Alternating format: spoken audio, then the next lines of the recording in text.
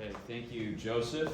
We will now hear from Larry Hahn, who is a member of the class of Winter 2026. He is studying philosophy and political economy. Larry.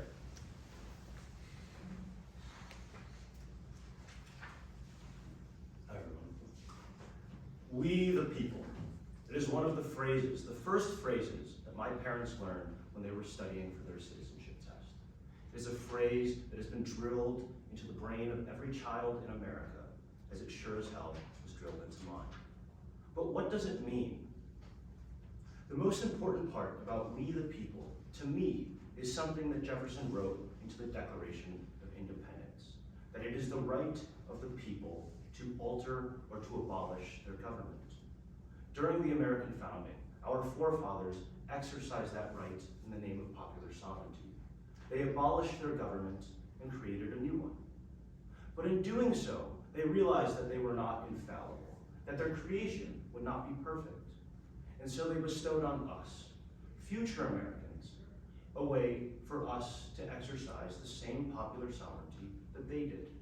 They bestowed on us that sacred right to alter or to abolish our government so that we, the people, can steward and author our own chapter in the American experiment.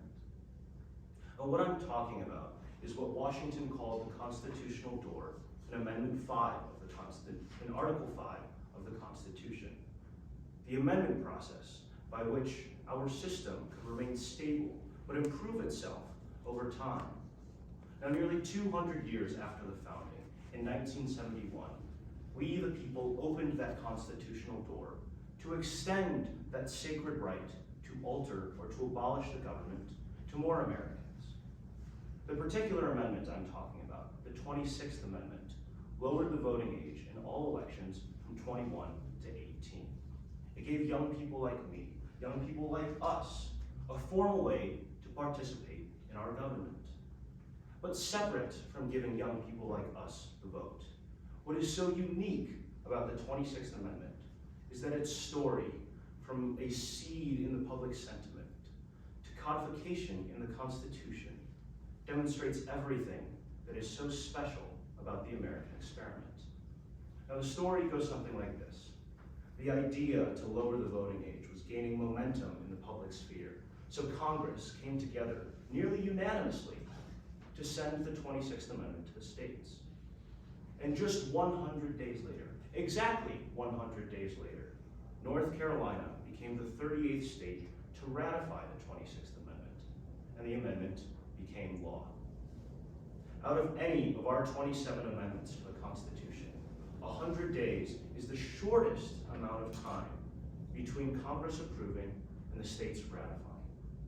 And if you just tried to imagine something like that happening today, an amendment being turned around in 100 days, you wouldn't even know where to start.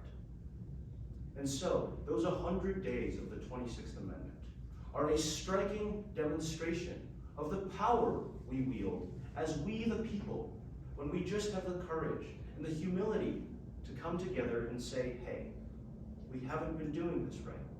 There's a better way to do this. But what I just gave you is not the full story of why the 26th Amendment is so special.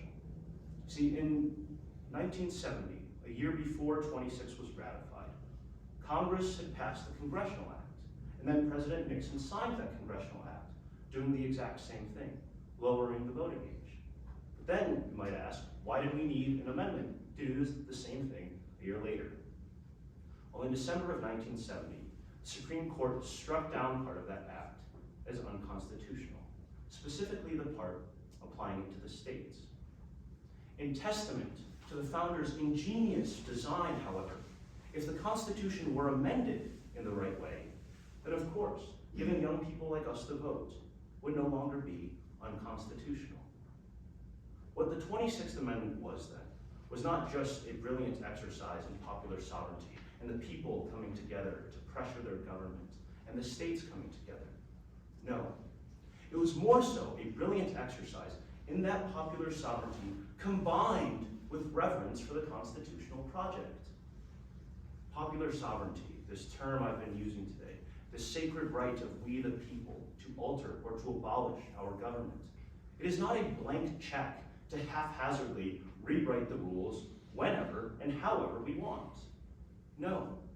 Instead, only when we come together and do things the right way can we properly pay homage to the constitutional system that protects our sovereignty in the first place. And only when we do that can we ensure that future Americans can exercise that same sacred right, and that the American experiment lives on. The 26th Amendment is proof that we've come together in the right way before, and it's proof that we can do it again. Thank you.